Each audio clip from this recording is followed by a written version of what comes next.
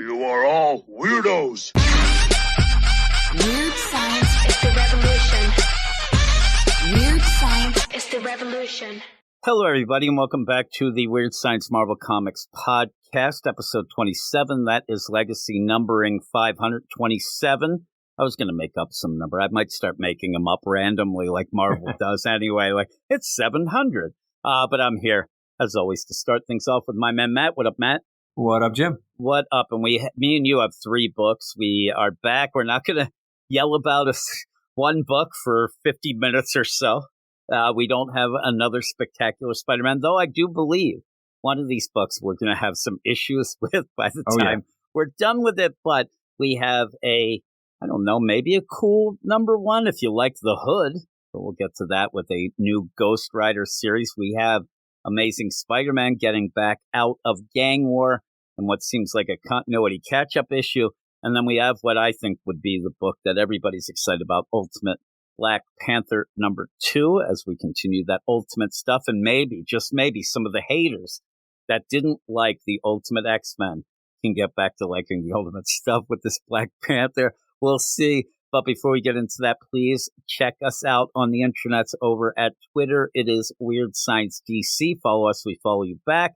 And then you could go to our Marvel website, see Sus Gabe reviewing things. That is WeirdScienceMarvelComics.com. And then finally, you can go and check out our Patreon and help us out for everything that we do. Patreon.com/WeirdScience, where we have a bunch of shows, including, as I always point out, me and Matt do a crisis/events podcast, and we're going through House of M right now. So that is Marvel-based. But we're going to get into this, and we're going to start with, and it's one of those things, a lot of times I do sit there and think, well, what's the big issue? We'll start with the big thing. We usually start with Spider-Man when that comes out, but we're going to start with Ultimate Black Panther number 2, because I think that's what most people are enjoying the most of these. Yeah. It's written by Brian Hill, art by Stefano Caselli, colors by David Coriel, and letters by VC's Corey Petit.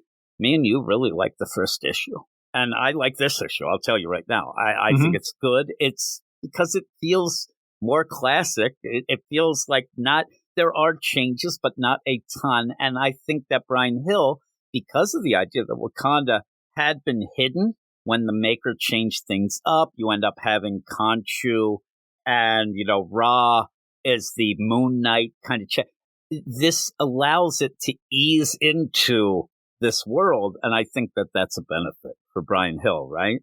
Oh, yeah, definitely. It's just a classic feeling Black Panther book. Yeah. So, and because it was kind of separated, so it's kind of coming in. So you're getting changes, you're getting things, but they're eased in, I think, and you're getting more of the basic. But it's a nice, fresh take on an older character for sure. And again, this doesn't feel like it's really, because it wasn't affected much by the Maker. So any sort of run can start out. Yeah, you have Okoye married to T'Challa, but that's really like the only difference, especially now, because T'Chaka's father, he was alive, but then he got killed. And so we're kind of at the normal thing, and he's upset. T'Challa's upset because of this and doesn't know what to do.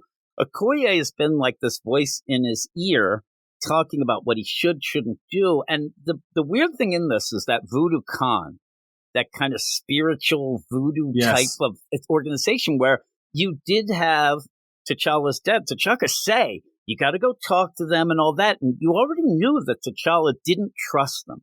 And we talked about it with the first issue, that we don't think that T'Challa is somebody who wants to be told what to do. He doesn't want to end up, the prophecy this, and I have to do that. He doesn't want to be manipulated. And we say that again in a weird way, that you have Okoye saying now, don't let them, tell you what to do. But we already know that he's not going to do that. Now, in this whole thing, it looks like they're sweeping through the Wakanda and just grabbing random people and putting them in prison and interrogating them. And it doesn't look very good. And T'Challa says, we gotta have to figure out what is happening. There's a spy. We got to find out who it is. Yeah, and Okoye is kind of like, well, the people are upset and they need you and we need to do this and that.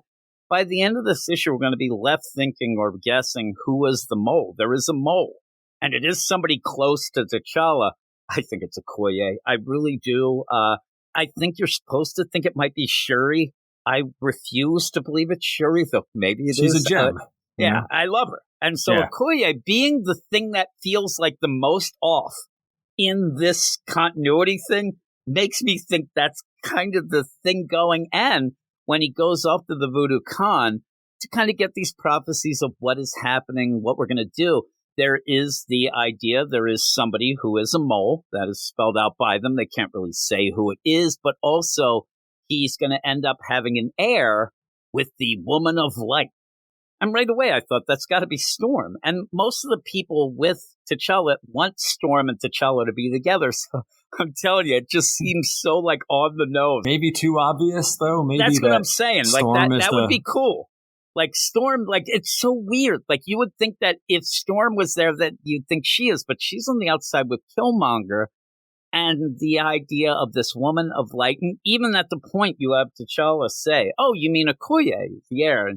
And this Amala from the Voodoo Khan says, "Oh, is that your Woman of Light? Do you consider her your light?" And he's like, "Well, not really." He hems and haws about it. He's like, "I think she's my strength, not my light." I'm like, "Oh, here we go." And I think that like we said, you know what the funny thing is that I made fun of the first issue? They have separate beds. I'm telling you, something's up. Something that she's mad that he doesn't fully accept, but we'll have to see what it all means. It's going to be something from so long ago that he did that she's like playing the long she'll game. be mad or she's playing. Yeah, exactly. And she's been manipulating in, or she, worships Khonshu, or she. I don't know, but I do think it's Okoye. And in the meantime, he just finds out that there'll be an heir with this Woman of Light will come to you. She is around you now. Fates intertwined between you. There is a bond made during war, and she will give you an heir, the heir that Wakanda has waited for generations. So we'll have to see. Yeah. So, and I mean, at the end, he kind of thinks that it is. But again, like you said, it might be a little too on the nose, but you end up outside of Wakanda. You continue now having this battles between the Wakanda and the, Dora Milaje and these Khonshu Moon Knight warriors. And again, you're going to spell out a little more of the politics in this issue.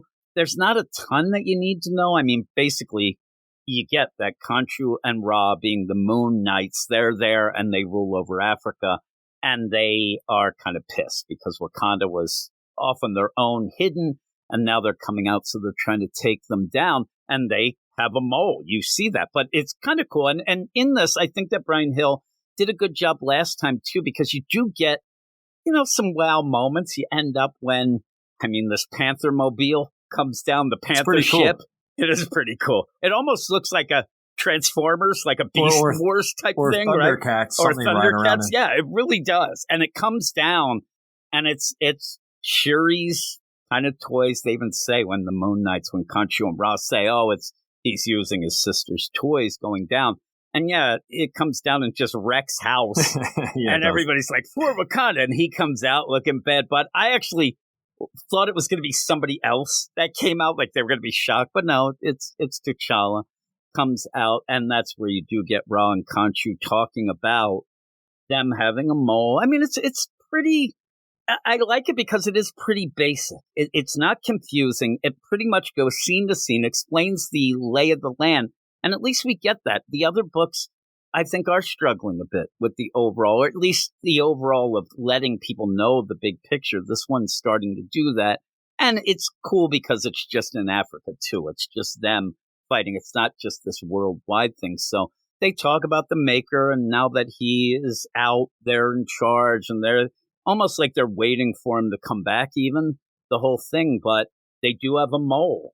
And when you go back to Wakanda, they start figuring out, T'Challa starts figuring out that the Moon Knights, they are attacking places with vibranium. They need vibranium, makes sense, and he needs to stop it. But he says there's got to be a mole.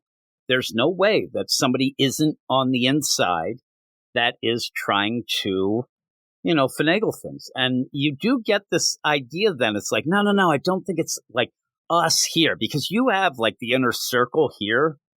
And I'm like, no, I think it's like somebody who wants to be in the inner circle. And we get this. But the problem I have with this, Can you name everybody at this table? You got Shuri, T'Challa, the Okoye, those 2 spies. You got the 2 spies. Then you have just the Dora Milajes. The Dora Milaje. And Just I wish 3 of that them. it was like just one, the one by name. You have a couple like, what happened if it ends up being like the side thing? But again, we don't know that many other characters. One of them's Michonne from The Walking Dead. I don't remember her name. Yeah, that's what it looks like. And so when you're doing all this, like, and you set up this idea of a mystery. Oh, it's somebody that wants to get in, wants to be. Well, who could that be? Because we don't know who even exists in this unit because it's so new and it's different. I think that's a misplay of saying that, even though I do think that it is a misdirect. I actually still think it's Okoye. I still think that I do she's... too. I think so too. And I think that what you get here is maybe, because T'Challa's a smart guy, maybe he's saying this to try to see if it gets back to something. You know what I mean? Like he's throwing this out. Hey, we have the spy. We have these things. We know they're going for vibranium. But it does seem like that's true. But we'll have to see how that plays. But I do think that it's Okoye. Brian Hill he's kind of in a position of, we don't know any of the other characters, but I want to pretend it's somebody else. But I want to make this. But I do think that he's trying to make some misdirects that we'll have to see. But I'm assuming the hologram it's kind of a slender build, which indicates more of a female, I would think. Also, is talking a lot of crap to Ron Concho as if they're royalty or as if they end up being somebody who should be followed. They're not saying, oh man, guys, get this. And I hope that you trust me or do this. They're not trying to impress them. No. And they're saying, listen, you follow my plan because my plan's the plan that you know what I mean? At the end, the last thing says, I am sending you information and a plan. Follow it. That's not just some random guy in an alleyway just deciding to try. No. This seems like somebody who, thinking Wakanda isn't being run right and wants to rule themselves. If it's Shuri, that will really upset me and really might throw my interest of the book in a weird way. But maybe it's too soon to start, having a mystery of who a mole is because we don't know the lay of the land, but I still like it. It's 2 issues into a new universe that we don't know all the characters and we see that things are different. Might be a little too soon to start playing guessing game just in case it's somebody that we don't see. But that's why I think it's somebody we see. That's why I think it's Okoye, but we'll see. But at the end, it's basically T'Challa says, okay, and the spies, again, they have info and the info, it seems accurate. At the end, He kind of ends up in trouble, but it doesn't seem like that was a setup from these spies either. Plus, there's 2 spies. I'm telling you, maybe I am interested in the mystery. It's kind of intriguing. But he says, I'm going to go off and do this. And I love the way they do it. It's the Moon Knights, Ra and Khonshu. They're in hiding, but this one place in Africa, animals are avoiding. So the idea must be that they're there. T'Challa says, I'm going to go alone. I guess it works out, but I think that's foolish as well. But he ends up going off. Shuri's in his ear talking to him in his, other vehicle. He has a million vehicles, it seems. This is more the classic Wakanda look. Like Batman, different vehicles for different occasions. And I like it. And he ends up where they're talking. She's like, I wish you didn't go alone. He's like, you're in my ear.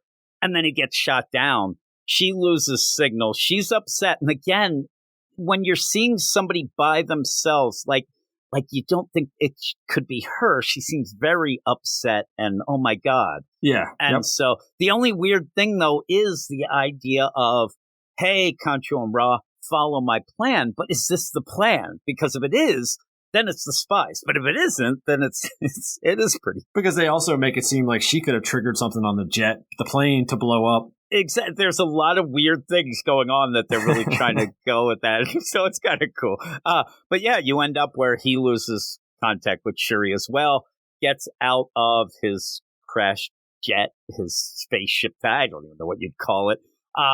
And he is attacked immediately by a bunch of those Moon Knights. They come out with the big zero on there. Guns and they start a-blazing. shooting. I mean, they are shooting him. Luckily, he has, his armor on. And then they're taken out by Storm, it looks like, by the end. And he looks up and he says, woman made of light. Yep. And then there she is. And again, it looks like we're going to get Storm fully in this book. We had her with Killmonger. Now Killmonger probably will be involved next issue. But these are the pieces that are starting to be put together where I even saw people saying, man, I wish that the Peach Momoko book started with Storm. And Storm's in the Black. Not everybody's reading every book. Not everybody read the intro into these. And I think people are having some things lost in the translation of what exactly is going on. But I think that as we keep going, all the books open up, and I think it makes them all better. Because Storm right now, we're going to actually probably get to hear what she has to say. We only see her in the first 2 issues. We haven't really heard her do anything. No. She's just doing stuff.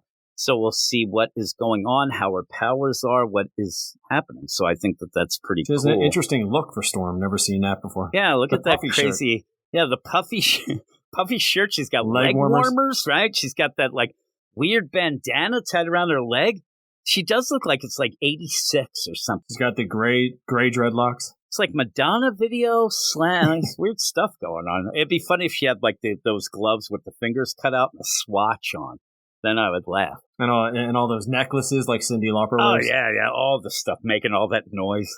It'd be hilarious. But yeah, we'll see how it goes. But by the end, I'm like, okay, I'm excited about this. Even some of the things that I think might be, oh, that's a little weird to go that route. By the end of us talking, I'm like, yeah, I'm kind of intrigued by it and see who it is. One thing that threw me off on this, I didn't notice it last issue, was T'Challa's mask. It's like got an open mouth. Yeah, that is weird. I thought that was a weird choice, but yeah, when he's there, and you really see it when he's in the ship talking to Shuri. Yeah, that is a little weird. I didn't notice it last time. That weird chin thing, very odd. But then again, it almost looks like a pharaoh's chin too. Pretty cool. But overall, what did you think? Because I thought this was pretty good still. I think I'd still go with a 9 on this. I still like it. Yeah, I think I'm a 9 as well. I did really like it. And even when we go through it, you have to kind of point out some things. And I'm concerned a little, but more of my concern is what people know or think going in. But this book gets the benefit. It's so much just a classic feeling Black Panther book that I think that people could jump in. Because it's cool too, because if you said to somebody that's a Black Panther fan of the movie, right? Hey, read this, issue 1 and 2, they would have no problem reading this. And it would be a jumping on point. This is the easiest jumping on point for people who would have liked the movies than the actual books that were coming out while the movies were coming out. It makes no sense. It doesn't make sense because that stuff turns you right off. I didn't know what was going on. They were in space doing stuff. That was the worst timing of anything ever. It was so weird. Yeah. I agree. So I think that everybody should read this, but I'm going to go 9. So we're both 9 out of 10. So that's pretty cool. We'll move on to the next book. It's not Ultimate, but it is Spider-Man. And that book is The Amazing Spider-Man, number 45, written by Zeb Wells. Guest art by Carmen Canaro. Colors by Marcelo Menez. Letters by VC's Joe Caramagna. We're coming out of that classic. I love the idea at one point where Norman's like, sorry I couldn't help you out on that crazy gang war. Yeah, where were you, dude? Yeah, where were you? And we asked that while that was going on, and really what this whole issue is, where we didn't know what was this going to be. You almost expect it to be kind of an epilogue for gang war. Maybe spell out some things. Maybe show. In this, though, you're basically like, oh, crap, we got to catch up to the continuity maybe that we lost out on during gang war. And when in any of this, including the intro and when people talk, anytime they mention gang war or anything about it makes me laugh because they're trying to make us think that it meant something and then doesn't even mention Tombstone. It's all like, oh, man, that Madame Mask fueled gang war. I'm like, no, I don't know what you mean. And they're like, oh, the city's coming back pretty nicely after the gang war. Yeah. I'm like, oh, man, people were really affected. Were they? That was one of the biggest problems of that whole event, was the idea that you really didn't see, and didn't seem like in some things that people even cared. They were just going about their day and like, oh, by the way, gang war's happening. Oh, thank God I'm not in Central Park. Yeah, in Central Park where there's thousands of people at any moment in time. Yeah, exactly. It's just that people didn't get to walk their dogs for a week.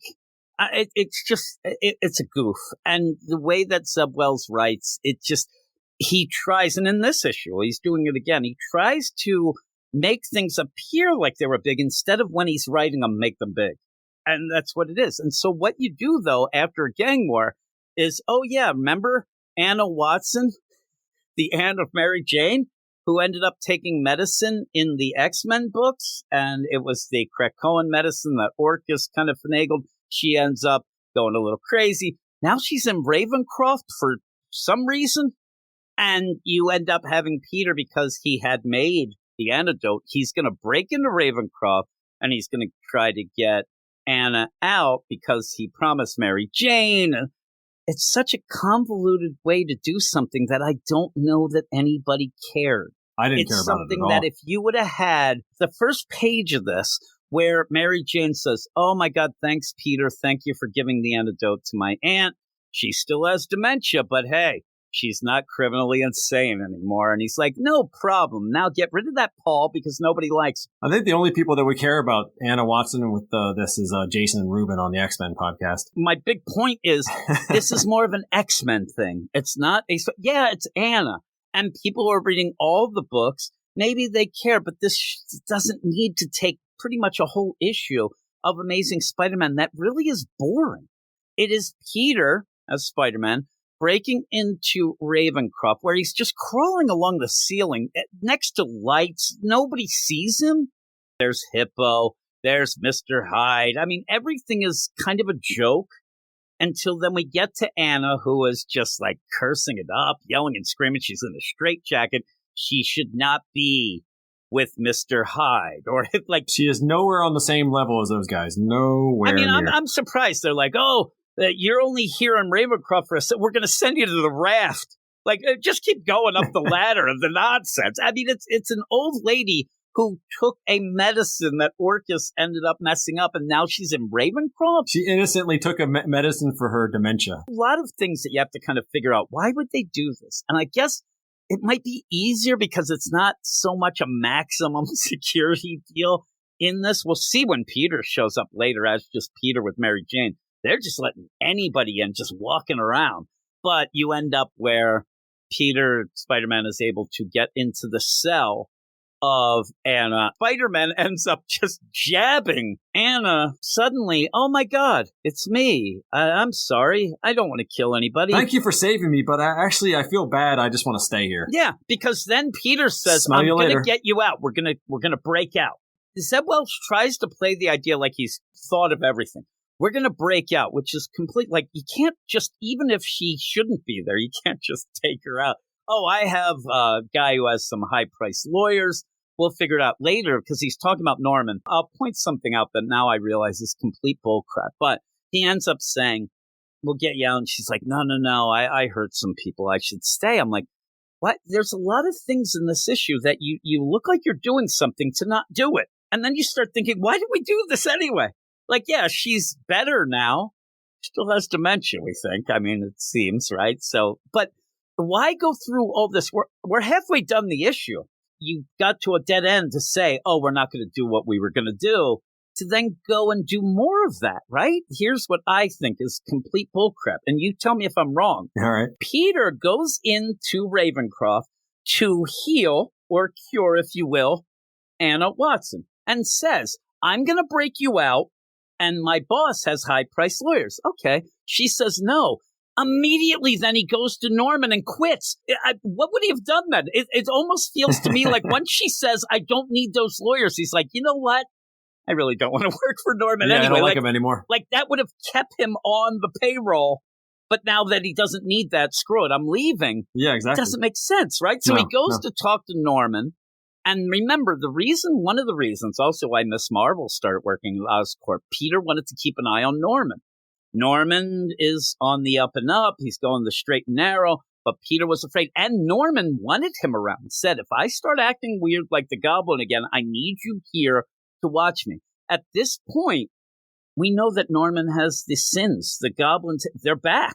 We saw that, and we saw them return. We haven't seen anything since, which, that was again, a while ago. Seemed like why we didn't get him during the whole gang war, where he then explains that I had to protect Oscorp. I'm like, I didn't see anybody around Oscorp, dude. Actually, we saw him at the docks and some odd, but we saw him yelling about Rec Rap too. Remember? And he even brings that up about Rec Rap. So it was kind of lame not seeing him, but I get it. But I think that the reason why, because Peter says, "I'm going to quit. I have to be Spider-Man." And that's where he's saying, like, man, I really stepped it up during that gang war. No, you didn't. You got duped. You got duped and allowed Tombstone to now take over. Like, you failed. But he says, I got to be Spider-Man more often. So Norman says, well, listen, just show up when you can. Just be Spider-Man. You don't even have to show up for work. You'll still get paid. So that gives you this side deal of we don't have to wonder where Peter's getting his money. Right? It's a lame way. I'm assuming he's high paid, too. Yes. Oh, yeah. So he's getting tons of money. We don't have to worry about that. And you could just say, well, Norman. But then in the meantime, I think that Zeb Wells, because I think Norman's going to start being more and more Goblin, you can't have Peter around him. You can't, because Peter was holding him in check, kind of, by watching him. I do think that Zeb Wells is like, yeah, we can't have Peter poking around. We need him out of the picture so that we can develop the deal. People want Norman to be back to the Green Goblin. I don't know. I'm okay with him not, because we got Doc Ock back, so it's like, it's just... It seems forced. And again, Peter goes to have this lunch meeting with Norman to tell him, I quit, and then by the end, he's not quitting. So we now have two scenes where you go to do something and don't do it. And I'm like, what? And then, the idea of, we're going to go and see Anna, me, and Mary Jane. And so then we just go back to that. In the meantime, we get a really quick thing with Kurt Connors. They have the living brain. I'm like, all right, because that's just setting up things going forward. Okay, you're setting it up. All right, let's see what it is. But then we just go back to, okay, Peter is going to hang out with Mary Jane, and they're going to go see Mary Anna. Jane in quotation marks. Yeah, because then he's going through Central Park thinking, man, it looks really cool here since that gang war that we really did a great job, that we got duped. And then he runs into Mary Jane's jackpot. Oh, God, -1 point. And then this is why it's stupid, right? Yeah. He runs into Mary Jane. It's like, oh, hey, Mary Jane. Ooh, wait, I'm jackpot. Well, we're working. Ooh, I'm not used to this. What have you been up to? I saw an argument on my way over and thought I should break it up. What? Like, what does that mean? What did you do? Were they arguing about, like, which was a worse idea? Joe Garrison as Punisher or you as Jackpot? I'm serious. Or the Hood as the Ghost Rider? Yes. Just saying, I saw an argument on my way over and thought I should break it up. It was me and you arguing about Philly cheesesteaks, and she broke it up. And he goes, oh, man, that's great. What do you mean? He does not like her being this Jackpot. Yeah, is it like all of a sudden, like, this guy... I don't think Saquon Barkley should have left the Giants. The other guys, I love him on the Eagles. Like, is that the argument? Like, what is this? What superhero is? Timely. I saw an argument on my way over and thought I should break it up. An argument. Yeah.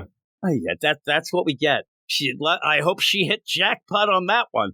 They're just in the woods changing.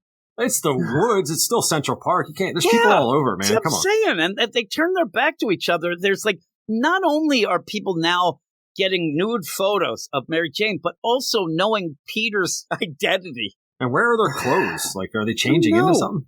They're in you didn't see the locker tree that they have over there? Like, you didn't see that? Oh, no, I hope that they could get to Ravencroft without running into another argument. Just show it. And remember, we didn't know whether or not she could actually fly or not, too. Like, how is she even getting around? I don't know. Not even that. They run into each other. It doesn't seem like this is where they were meeting. It's so ridiculous. So they go off to Ravencroft.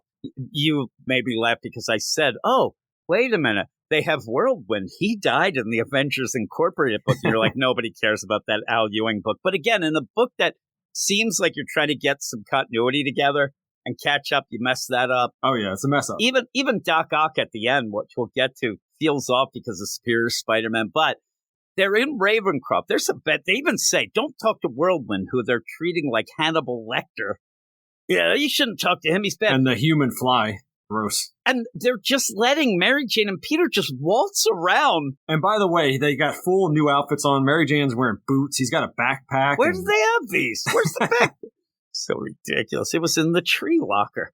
So then they're in the Ravencroft, general cafeteria where somehow Sandman is just there. So random. Sandman's just there. And we're going to go through the back and forth. William Baker? Oh, man, I'm glad that you called me that because people either call me Flint Marko or Sandman. Hey, why are you here? It could be, this scene's not horrible. Just the idea that Peter is concerned with William and he's trying to suppress Sandman and Flint Marko, but when he hears, he's like, hey, again, why Peter even said, oh, a friend of a friend of a friend knows you. Oh, who's that? Oh, Spider-Man. Like, why even do that? Just say, Joe, something. But he flips out. He becomes Sandman for a second, and then it dissipates, and nobody comes to him and says, you got to get back in your cell. There is no way that because he has a suppressor on, but there's no way in hell that he would turn to the Sandman even for 3 seconds and then not come and grab him. Yeah. Right? And they would come and grab him like, you got to get back in your cell. And like, oh, man. And then they kind of like laugh at Peter. Oh, man, we thought you'd mess things up. It's like Peter's a visitor. He's going over and harassing a freaking crazy person. He's trying to be nice. He turns into the Sandman because of what he's saying. It would be the idea where I'm in, like, I go and my wife is crazy. I go and I end up and I'm talking to her and I'm like, oh, wait a minute. I recognize Jeffrey Dahmer. And I go over and like, hey, Dahmer, what up? You eating people still? And he freaks out. Yeah, you're just agitating him. Right? Yeah. But Peter's trying to be nice, but then you end up having William say, hey, listen, get word to your friend, Spider-Man. And it didn't really play off like I thought it would make sense to him, but he's like, wait, you saw how angry he got, meaning Flint. He's still inside me. He wants out, wants to do bad things. You saw. But then Peter's like, you did the right thing. No guard or doctor coming over. Guy turned into Sandman and says, he's not the only one I'm worried about. I need you to tell your friend, tell Spider-Man, they want him out too. And then you go back and see basically the Sinister Six. But what? I figured it out without turning the page personally, but he'll know who I mean. And there you go. You see the Sinister Six there. There they are. Because that's the classic Sinister Six right there. Yeah, there they are. And we'll see what it all means and what's going on. I do like that Doc Ock is always upset that he's a little tiny guy, so he's lifted himself off with his lifts. That's a couple that are more his inches. Arms. It's cool, right? Yeah. I like that. But at the end, it's one of those issues that I understand.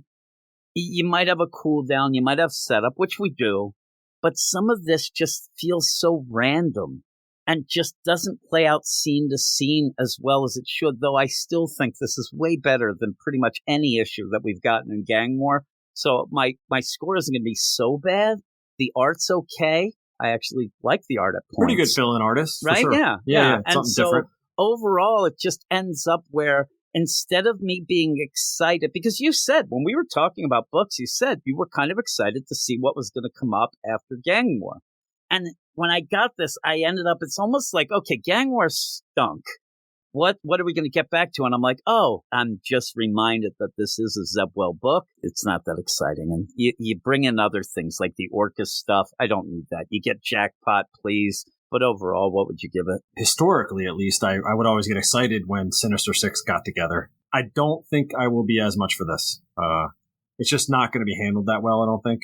And that's a weird thing. You say that. When I saw them, I didn't even think about it until you said that. Usually I would be excited. And usually what I'd say is, oh, right, we're classic.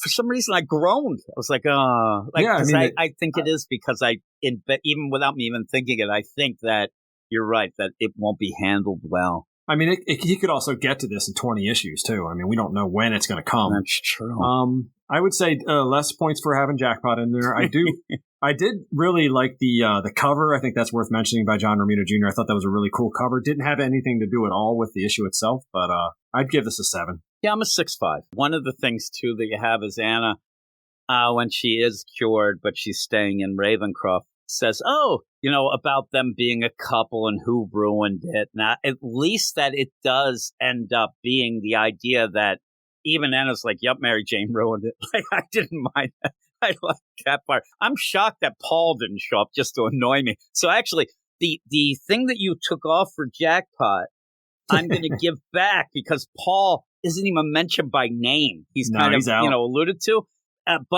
So I'm going to go up to a 7. I actually will meet you at a 7 because of Paul not even being involved and that it's Mary Jane's fault. That's when Peter says it's like, oh man, Peter has diarrhea. When he's like, I got stomach cramps. It was a weird excuse to walk away with.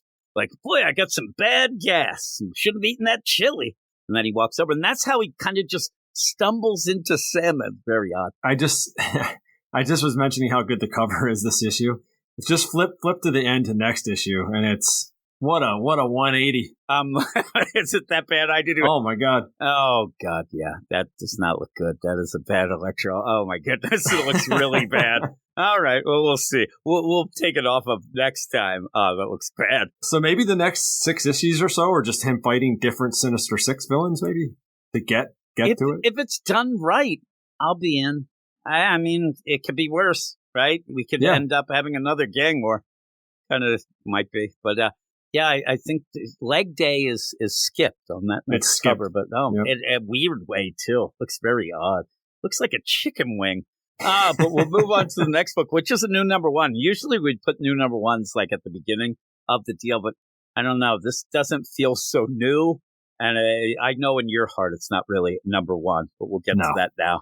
And that issue's Ghost Rider Final Vengeance number 1. Final Vengeance number 1, and here we go. This is the idea, and people made fun of this, and they always do. Marvel's big on restarting a series. Same, at least, writer here. New number 1. I just don't get it. I'll give you the credits here, and then we'll talk about that a second. It's Benjamin Percy writing, Danny Kim on art, Brian Valenza on colors, DC's Travis Lanham on letters. So we ended up having a 21-issue series by Ben Percy, and people seem to like it. Remember, people liked it at the beginning. They thought it was really cool. Oh, my God, this is a horror comic. But as I was reading it and reviewing it, I kept saying, we're not really getting much. We're doing hey, let's travel from here to there. Mm-hmm. We're going to get a monster or supernatural situation of the week and then move forward. And I thought, oh, God, by the time we ended up getting a kind of a story going on with the classic villain Exhaust and the side character Talia Warroad, most people had bailed. Oh, yeah. And I even looked in that 21 issues at the end of the first arc, and they were pushing, this is the big thing. You're going to see all this stuff. It was issue number 10 that only one person reviewed. And I always say that the amount of reviews is really more telling than the scores, because if people aren't reviewing it, it means that their site has decided it's not getting enough play. Nobody's interested, and they just drop it. And that's what seemed to happen. And then from that 10th issue to when it got canceled at 21, so many issues only had that one review, and it was from comicbook.com. Not to throw shade, but usually they have 2 or 3 sentence reviews. It's not really that much of an effort to just throw it out there. They have a bunch listed in a row. So you end up having that, and nobody was talking about the book, and then it gets canceled, and then they announce there's going to be a new one. Oh, man, a new Ghost Rider, but it's Ben Percy again. And I don't get it. When you get into this book, I'm going to ask you as we go through this, like, if you thought of some things, if you think, why did the last series fail, and how does this make it better?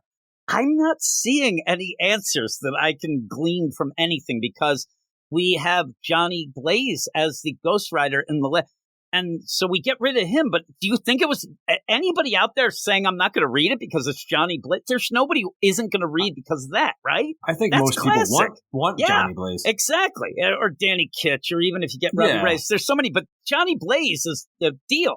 He's like, the guy. If you're going to argue, anybody say, oh, they want John. So instead we get rid of Johnny just to tell you at the end, it's the Hood. And that is such a lame idea in my mind. I forgot it. I told you when the news item hit, the new, and they told everybody before. So why act like it's a big mystery here? Yeah, don't even tell people anyway. It's like, come on, you want a mystery? Just make it a mystery. And so I end up each week. I've been doing a comics and most anticipated, the preview deal, where I throw some things, and I say in that, it's not things I think are going to be great or that I love. There's things that are intriguing, and the idea of starting this up. I said, I want to see what they're going to do to make it better. I forgot that they had announced it. That's how little I think anybody cares, because I said it, a bunch of people watch us. Nobody corrected me.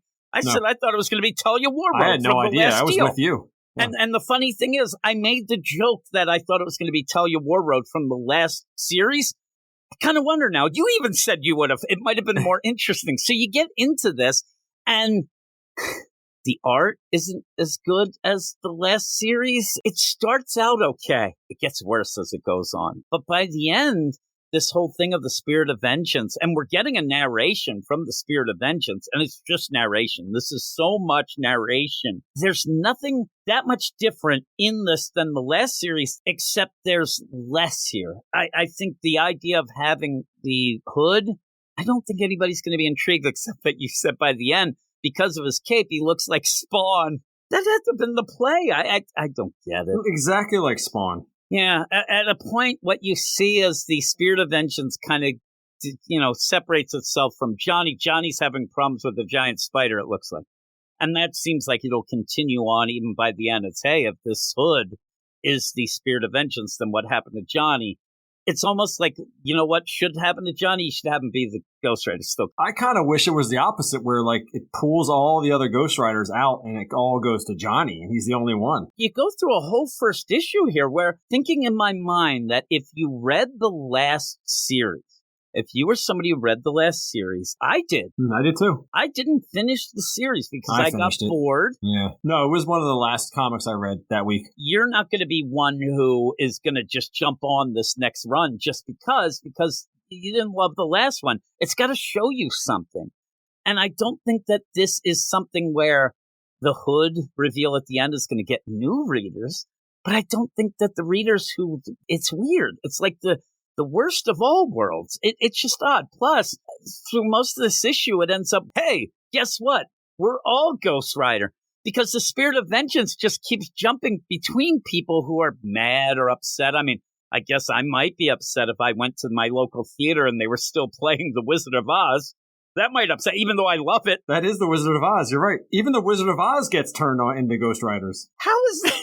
So ridiculous. And it's not just one person, it's everybody that's in the scene. Completely dead or just... They're dead. Their head was on fire and the whole place is catching on fire, but they just wanted to watch The Wizard of Oz. They were at the classic deal, right? Yeah, it just bounces around from a parking lot where these kids are hanging out to a movie theater to a strip club. Did you get the idea at this point where what you were going to get here, we're going to show the craziest stuff. You've never seen a surfing Ghost Rider with a Ghost Rider shark, and we get it, and the art sucks. Stripper Ghost Rider, sumo wrestler Ghost Riders. Then we get camel Ghost Rider, an actual camel that has the Ghost Rider face. Yeah. At least it's riding something. A jet. 747. A jet. So we're just jumping around. And you're right, too. This entire issue, which I absolutely hate, is narration boxes, except for the only dialogue in this thing is this old lady and this woman. That's it. I am everywhere, and I'm nowhere. I'm everyone, and I am no one.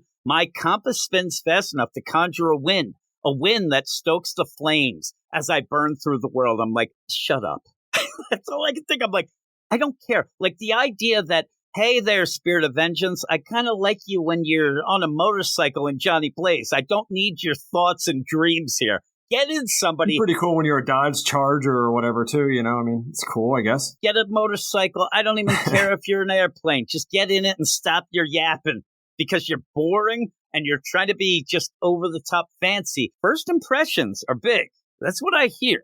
Luckily, my wife didn't think that. But you end up where, as you go, you actually do get the dupe that you end up thinking that tired-looking single mom with kids whose mother-in-law is a piece of crap and is going to plant drugs to get the kids there because the father committed suicide. What? All this is this play of, I think this is going to be the Ghost Rider. Now, this is why I think that they announced way back that it was going to be the Hood, because who wants this lady to be the Ghost Rider? That's the major part of this issue, because this lady ends up getting mad at her mother-in-law who planted drugs, who now is going to go get child services involved to get these kids. Like, I care. I got 5 kids. You could take 3 right now. And so then to turn into a Ghost Rider, the Spirit of Vengeance, to burn the face off of this lady. And again, this lady, piece of crap, I don't know that she needed her face burned. To then have these kids completely go insane. Like, that girl, something's wrong. She's going to be in and out of something for the rest of her life. Grandma, we want to be with Mommy, and locks the door and watches her grandmother get the house is on fire. Melted. The mom's skull is on fire. And this is where the art really takes a turn for the worse too. These this whole scene right here, and it might just be the colors. I don't know what's going on, but it's rough. This lady she's a real piece of work, but I don't think she deserved to have her face melted off. Which I don't even. Does Ghost Rider even do that? I thought he did the penance stare, and you kind of learned about your stuff. He's doing it now. Then the lady would learn to be nicer. I mean, this is gruesome, man. It's bad. This is over the top Benjamin Percy body horror stuff. And that's all it is. And then I'm thinking, like, when I picture in my mind the Ghost Rider, I don't think of tired single mom. Middle-aged single mom, yeah. With her hoodie on that, can't get any rest because her kids are crying. Like, no. Oh, well. It would have been an interesting take. I'll give them that. That would have been different, I guess. I mean, seriously. But at that point, you're jumping around, and that's the whole play of this. The Spirit of Vengeance is trying to find a new host. Now, would we have been better served to maybe get Surfer Gun? Like, maybe that would have been cool. Cowabunga, dude. That would have been actually pretty cool. Surfer dude, yeah. Stripper. Like, I'm telling you, in my mind, also, not even just Stripper, but everybody in the crowd as well. Maybe we could have had, like, the Motley Crue Girls video go. It would have been kind of neat. Maybe just the pole is gets on fire, and that's the Ghost Rider, and she's riding it. Maybe that's something. That's what she's riding. She is riding the pole. Yeah, there you go. That's what she's doing. I'd go with that. I don't know that I wanted Farmer, Ghost Rider, even though he has a tractor, but who wants that, right? And even at the end, when we jump around a little bit more, we start getting actual characters. Most of this issue is tired single mom as the Spirit of Vengeance because the mother-in-law's a bitch. Why?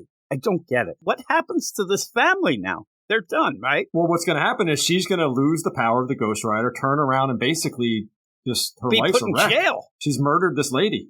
Now we're going to go off, and now we're going to, deep dive in, and it's just one after the other. Go to Asgard for no reason. Go to Asgard. We end up going to Danger. That's a deep cut right there. I mean, I wouldn't even say put that on the X-Men podcast because I don't even know if they know who that is. But she puts a virus? Malware poison with demonic code. Next thing you know, these poor schmucks, this family's just on their devices. I'm looking at my tablet right now. I guess I'm dead. Yeah, I'm looking at 2 screens and a tablet. So am I. I'm Ghost Rider. There we go. Hey, everybody, look at me. I'm Ghost Rider. And then people are just jumping out of windows. Ghost Rider. There's no stakes here. This doesn't happen. No, and then you go from there, and then, why not? Let's go a few 100,000 miles from Earth, and now a brood is going to get it. You're not even trying now. Now you're just making crap up. All of this just leads to the Hood getting the Spirit of Vengeance. What is happening? It's the brood was like, what, a few 100,000 miles from Earth, gets infected, whatever. There's a kid, we don't even need to talk about her, what a woman that doesn't interferes. But then somehow the Earth, it's coming to Earth. The brood is. You can see the Earth. That's not that far away. The brood's going to attack Earth, but in the meantime, they're on a ship a la Aliens. You end up having this one brood that gets the Spirit of Vengeance that goes against the fellow brood because of protecting the human. And also, boom, then it gets back to Earth, made a wrong turn in Albuquerque. And then it's a cop. It's Craven. It's this. It's that. It's everything. And why not have this? If you're going to set this up and you want to convince me that the Hood should be the deal, show me a little Hood. Everybody doesn't know Hood. They don't know the character that well to actually say, okay, this makes sense. I mean, the only thing that makes sense is he's got a kind of cool cape. It explains why he wasn't in gang war, I guess. Or maybe. And he's in Chicago here. I don't know. This mystery that takes turns to the brood, to a stripper, to a surfer. What? Like, how could you? I know that this will get, I'm sure. There'll be that one guy, he'll show up and in Spanish, he'll tell us that we're nonsense. And I don't want to hear it because this is, you're coming from a series that, yes, it lasted 21 issues, so I give it credit. That me saying it failed, and I keep thinking, well, a lot of books don't get to 21, so that's fine. But there's a reason why it ended 2.5 months ago, and now it's coming back. And Marvel, I was going to say at the beginning, Marvel has done this. They did it with Chip Zdarsky's Daredevil. They're doing it right now with Jed McKay's Moon Knight. And usually for the least bit is what they think is, okay, we think the book's still good, but it's lost a little spark. Let's get it going. Let's get it back. That's kind of like I think with Jed McKay's Moon Knight. People are really big on talking how great it was, but I think a lot of people kind of like, yeah, I kind of got a little bored. I'll catch up later, whatever. But then you have the death of Moon Knight and come back with a new #1. People are like, okay. This, though, coming back with stripper on the pole, cowabunga surfing, and Egyptian, camel deal to then get to the hood. What is the elevator pitch for a comic book store owner to convince somebody who may have dropped the last book or didn't read the last book to read this? Where are you going to give them? Well, this first issue, you get a stripper. There's Wizard of Oz. I don't get it. It has to just be what the hood looks like. Maybe there were some character designs tossed around. I'm not sure. I really don't. Maybe it is, right? But the first issue, it's Johnny Blaze on the cover. Yeah. If you're going to go with this, you already announced it. You just own it. Get Ryan Stegman on this deal and make it look like Spawn. Man. Get Greg Capullo. He's doing stuff now over there. Get Classic deal and make it look like, holy crap, that looks like Spawn. But instead, this first issue at the end, it's like, hey, everybody, don't worry. It's not going to be middle-aged, single mom, dumpy lady in a hoodie. That was just a misdirect. It's going to be the hood. But here's the weird play, too. I'm going to rate this, but I really do think that the next issue kind of will be what I think will be the number one issue to see if I want to continue, because I want to see the hood as the Ghost Rider. See what this means. See what he's riding. You said, give us a vehicle. Give us nothing. Nothing at all, even the next cover. The next cover there better be a vehicle. I'm going to freak out. It's almost like a Zero issue more than anything. And I want to say, too, because Ben Percy's, he's got 100 issues under his belt under X-Force and Wolverine. The Wolverine Sabretooth War is some of the best X-Men Krakoa stuff that I've read in a long time. I'll never put him as my favorite writer, but I think he is at least consistent. Yeah. And he'll give you some things. That last series never felt like it got to the point where it got going.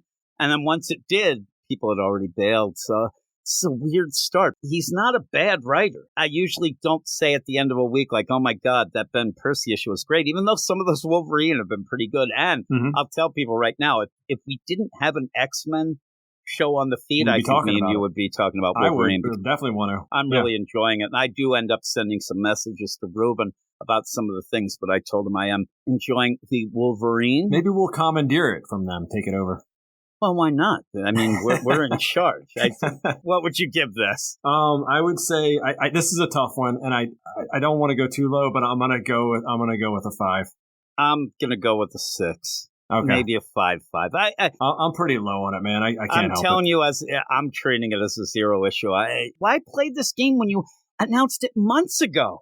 It wasn't like they just announced it this week. It was months ago that they announced it. It was like pretty much when the last series ended in December that they came out, hey, everybody, because people were it's going to be Talia War Road.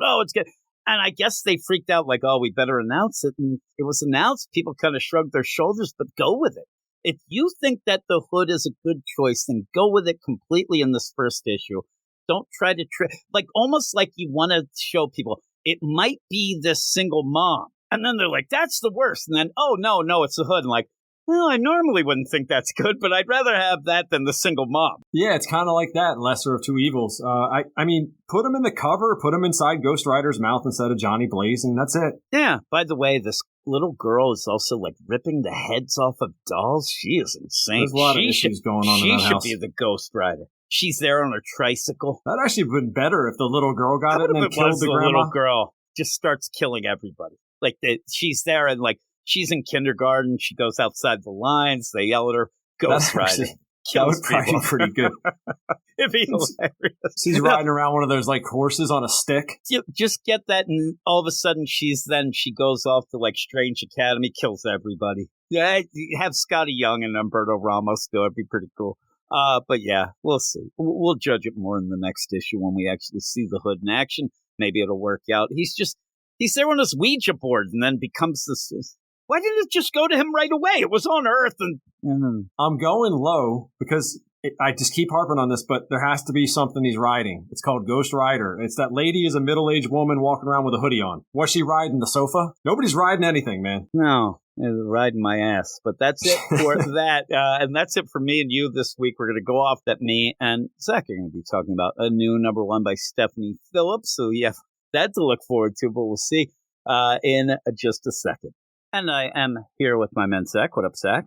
What's up, Jim? What's up? And this will be the last book because you decided to ditch the Alien Black, White, and Blood, or whatever the heck they call it, because you are not a big fan of Lansing and Kelly, which I am not either. And I'm going to have to talk an issue of theirs over at the DC side of things with the Outsiders. So I understand. I understand. Well, probably not. But the thing is, you ended up saying you didn't feel like doing that because it's just bad. Then we go and me and you are doing Black Widow and Hawkeye. It's not good. Yeah. And so, I mean, this might be a little better. Yeah, it is. Stephanie Phillips is okay. I said when I did my preview show that that Cat Wolf was kind of fun. It was a guilty pleasure. And this could be. This first issue is off, but we'll get right into it. Black Widow and Hawkeye, #1. Written by Stephanie Phillips. Art by Paola Villanelli. Colors by Mattia Iacono. And letters by VC's Joe Sabino. I'm going to read it's not really recap because this is the first issue, but what leads into this, just to point out that it's so generic, this book, and they don't explain anything. So by the end, I'll even ask you now, like, what is it that you would want to read this book? Unless you're just there and say, I want a Black Widow book. Oh, I want Hawkeye. Oh, I like them. But there's nothing that I could say to somebody like, oh, you got to read this. No, it's just kind of generic. It's just kind of basic. But here is the intro. Even when Black Widow and Hawkeye had no one to trust, they still had each other. Once villains, now heroes, both Natasha and Clint have occasionally stumbled in their aspirations to stay on the straight and narrow. But now Black Widow has a symbiote companion whispering in her ear, and Hawkeye is racing toward a fall. Racing towards a fall, he's already gotten a fall, but we're going to play timey-wimey, the weird way that it's presented. And usually when I jump into an issue that you have 20 hours before, and then you realize by the end that it's just to make the issue feel like something happened. Because it's a real, you have this stuff, and we'll get right into it. It's very odd because you start out with this guy being attacked by spiders, then we realize it's actually Black Widow and the symbiote, and this guy Mikhail, who she's saying, you better tell me what's going on, what is happening with Clint, what's happening with Hawkeye. I'll tell you right now that we also get red lettering on black backgrounds for the symbiote deal. It drives me nuts. It never works, and it doesn't work here. And also the idea where, okay, yeah, Black Widow, she's going to go and try to, hunt down to where Clint is. In the meantime, Clint will go through these time jumps of, I was attacked by this assassin, the Russians are after me, the U.S. government. So he did something, but the big thing he did, Stephanie Phillips wants to keep it a secret until the end, but that doesn't make a great cliffhanger because we know he did something. And by the time it happened, you realize probably what happened, right? You kind of figure out, okay, the Russians are after him. You see, the only thing else going on is this whole, ambassador type thing between Russia and the U.S. So he must have done something there, which he did, right? Yeah. It's so odd. And so when you get this, you have her chase down this Mikhail. Hey, where is he? Where's Clint? Oh, he's dead. And she uses the symbiotes to read his mind to see that, oh, yeah, he must be dead, but she won't believe it. So she's going to go anyway. I'm like, so why are you doing so weird? Every step of the way ends up weird ways to keep going in that idea of, oh, he's dead? No, I don't believe, so I'll go anyway. And then you just see Clint, and you see Clint in Marge Report 24 hours ago. And at this point, I'm already not really enjoying myself in something that should just be like popcorn movie fun. And it's just not. And I think it is that time jumping and not knowing what he did at first kind of throws me off. And then you're going to have a lot of things that are going to, wink, wink at the TV show, at the movie, things like that as he jumps off of a roof and he turns around to shoot an arrow. As you see this Mikhail guy trying to kill him and actually flay him and make a body suit out of him, skin suit. And even that, the dialogue is it just keeps going. She keeps going with this. Oh, he wants to flay my skin and make a suit. Hey, I'm not really a flayed skin suit guy. I'm more of a sneaker guy. Yeah, I'm a sneaker guy. I'm like, it's so odd. Okay, you're a sneaker guy. I don't know that there's that many people who are skin flayed suit guys, but hey, you're a sneaker guy. And it just felt odd. But you then go and even when you have Clint then says, oh, this is one of the many, assassins, the one that had red man, and then we'll just go back to see them.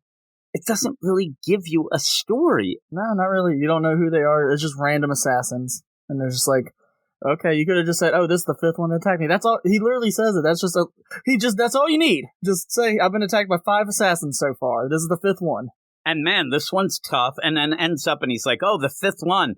He's the only one who put a bomb on the back of my, uniform here. And how'd he survive? Yeah, I don't know. Because then he thinks he's dead, but then he isn't. I'll go with another thing that really annoyed me, because then we keep going back in time to set up a basic bitch story. There's no reason. Like you said, the idea of him going on and on about, oh man, this was the fifth assassin, they did this, and then this one guy had a mace, and then this guy had that, and then we have to see it later. No. You just say, like you said, okay, this is the fifth guy. So then we go back, and again, we don't know what Clint did, but it's huge.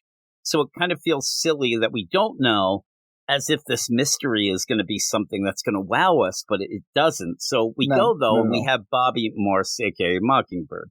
She's coming to meet up with Black Widow because you end up Thunderbolt stuff. You end up having the idea that Clint is on the run.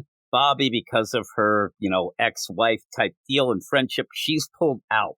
She's not allowed to get any intel until she does.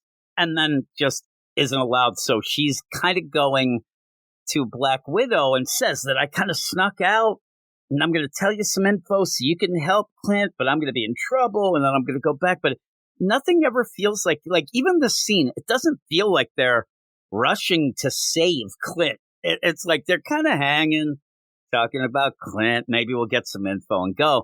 But the thing that drives me nuts is you keep having Bobby say, I can't get any info. I have no info. They have pulled all the info away. I can't get any of the records. I can't get anything. And then at one point she says, all I could get is a name, the name McHale, and then starts talking tons of intel right after that. I don't get it. She goes, all I could get was a name, McHale. Intel says he's a Russian. You said you didn't get any intel. You just had a name. Stop.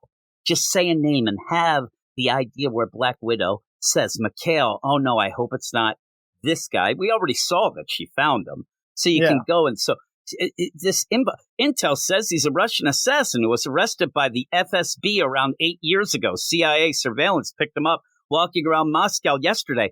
You just said that you had no idea where he was because they're not giving you intel. You at least know he was in Moscow yesterday. Plus, you have his bank account info that you're telling Black Widow. You just trace that.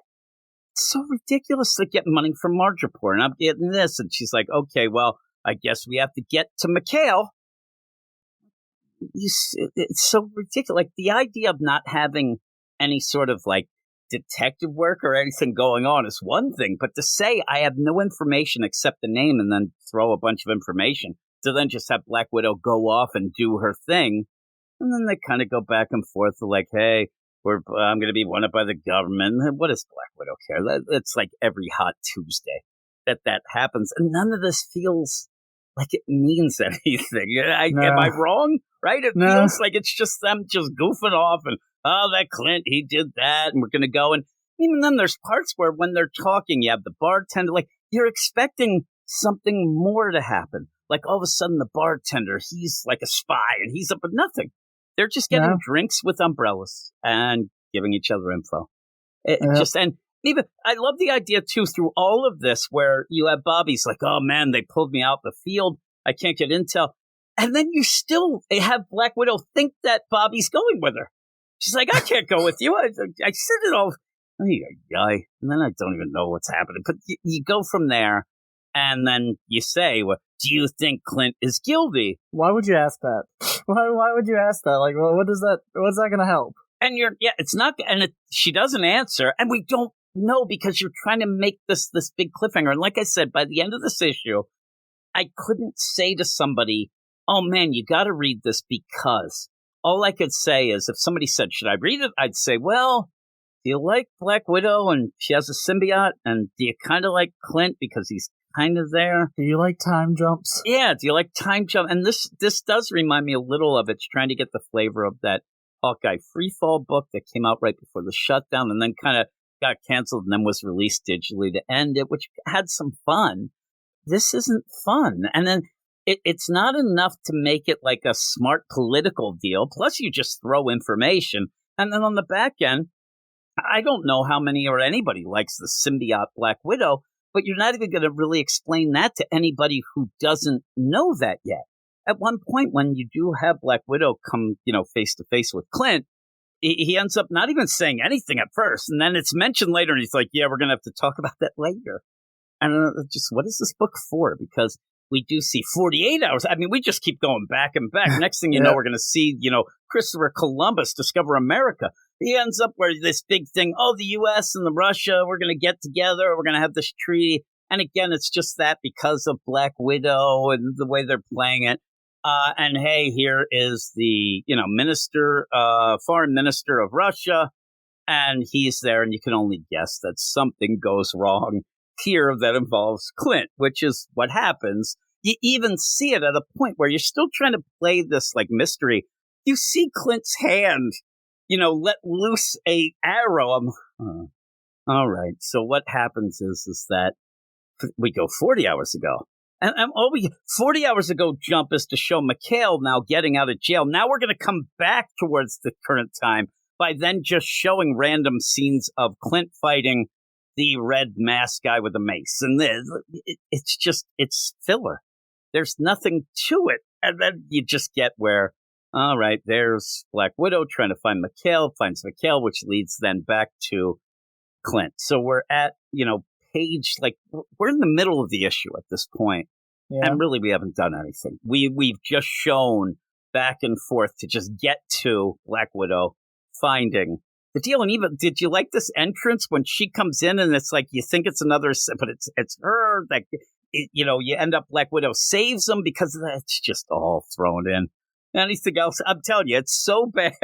So and it's not infuriatingly bad. Like I'm like, this is the worst thing ever, but I just don't understand why this book exists. And it's not well written, paced, or done. The art's okay, but you go from here. I don't even know what else there is to say. You end up having Black Widow show up as a symbiote deal and saves Clint. And then they just keep going on about, you're going to be in trouble, and did you do it? And then at the end, we find out, right? Yeah.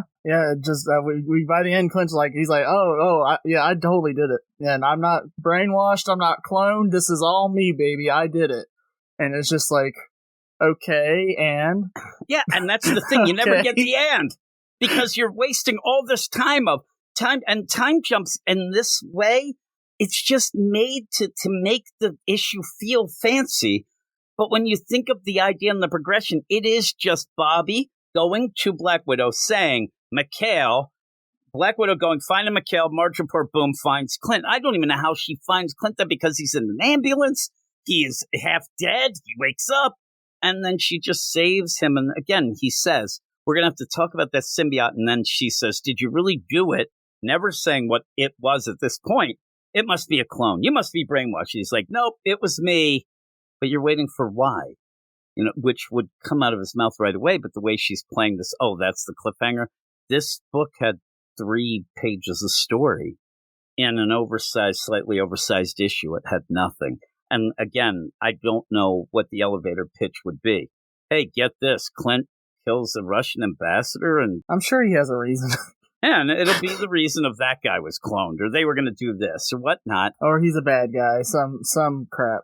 I was waiting for, like, the news, is it Ronin again? Because that's what they always do with this nonsense. But at the end, you see the guy there with an arrow, looks like it, or it's going to be one of those, like, it was a dupe, and it's this and that. I'm waiting for the guy to turn into a scroll now. And I would just go with that. I actually did think that, Jim. That is so funny. I did think, I was like, what, is this supposed to be like a scroll posing as the Russian minister or something? He'll revert. If he's dead, he'll revert to a scroll and they'll, but why would we go a whole, like, mini-series and then at the end it just took a while and now he just slowly starts turning back into a scroll. The art's okay. It's not bad. It's fine. It's not something that you're going to buy the issue for, though. I just don't know why this exists or why. Except that, hey, we don't have a book with Black Widow and Hawkeye in it.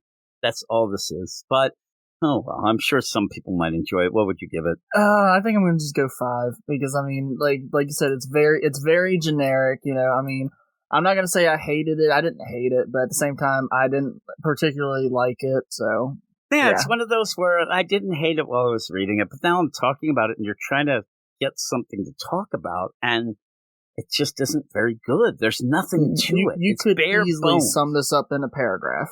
Yeah, it's that Clint, he seems to have murdered a Russian ambassador. He's won it by the Russians and the Americans, and you have Bobby and Black Widow think that he might be innocent, so they go to track him down and then find him. That's it. And that's, like I said, 3 pages. Let's get to a story. And it's one of those where it gets infuriating because people aren't saying the things that they would normally say because you want to wait, or you want to. This mystery idea of having this time jumping thing is just, it's not played out. I think that if you would have just started out, you saw Clint kill this guy, and then he's on the run, then we would have been like, oh my God, why did he do that? What's going on? Is that really Clint? Play up the idea. Is it a clone? Is it that? And then by the end, you know, you're like, okay, let's get going. And why do this time thing to get the nonsense? It just isn't well done. But I don't expect much from Stephanie Phillips. She's okay. She doesn't infuriate me most of the time, but it's not anything that I would seek out. So I think this is just going to be one of those books that's just going to fade away. It'll end up doing its thing. It'll be done, and then a couple of people a year from now will say, do you remember that? And nobody will. It'll be me and you. Remember that book? No, nobody does. So that is that. It's very quick and not much to talk about. I'm going to give it a 5.5. Okay. I'm going to go slightly higher than you. Just same deal, though. It's very basic. So there you go. I don't even know that we'll talk about the next one. It's kind of just a boring issue. Even if it's something that's like you get all fired up about, at least there's something to have some emotions. But this is like apathy. Apathy 101. So there you go. But I'm going to go off now.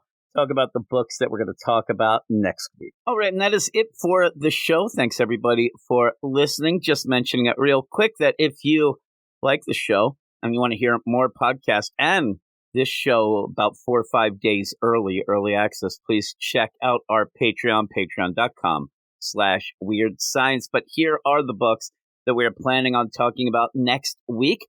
We'll start off with Beware of the Planets of the Apes of the number 3s. Beware of the Planet of the Apes number 3. That'll be a book that Zach will be talking about, maybe, but on his own. I do not talk the Beware of the Planet of the Apes with Zach, so he'll be doing that alone if he is doing it at all. We also have such things as I'm going down the list, Night Thrasher number 2. Me and Matt didn't love that first issue, but we're going to see how this one is. But then again, the next book, Spider-Boy number 5, me and Matt like a lot more than a lot of other people as well. So we'll be checking that out, possibly getting back to Captain Marvel with Captain Marvel number 6, Spider-Woman number 5. Those are things that I usually end up doing with Zach, but we haven't done the last couple issues. So we'll see how that goes. We then have Vengeance of the Moon Knight number 3. I hope that picks up. I'm not really loving that book that much, but we'll see. Hopefully it will pick up. And then we have Web of Spider-Man number 1. So a number 1 that is supposed to set out the blueprint of things all the way to 2025, they say. But we'll see how that is. Another book that's coming out that I did kind of like the first issue. Maybe we'll be able to sneak it in. Wolverine Madripoor Knights number 2. But we'll see. Those are the books that I have my eye on. We'll see how it is. But again, thanks everybody for listening, and we'll talk to you next week. You are all weirdos. Weird science is the revolution. Weird science is the revolution. When isn't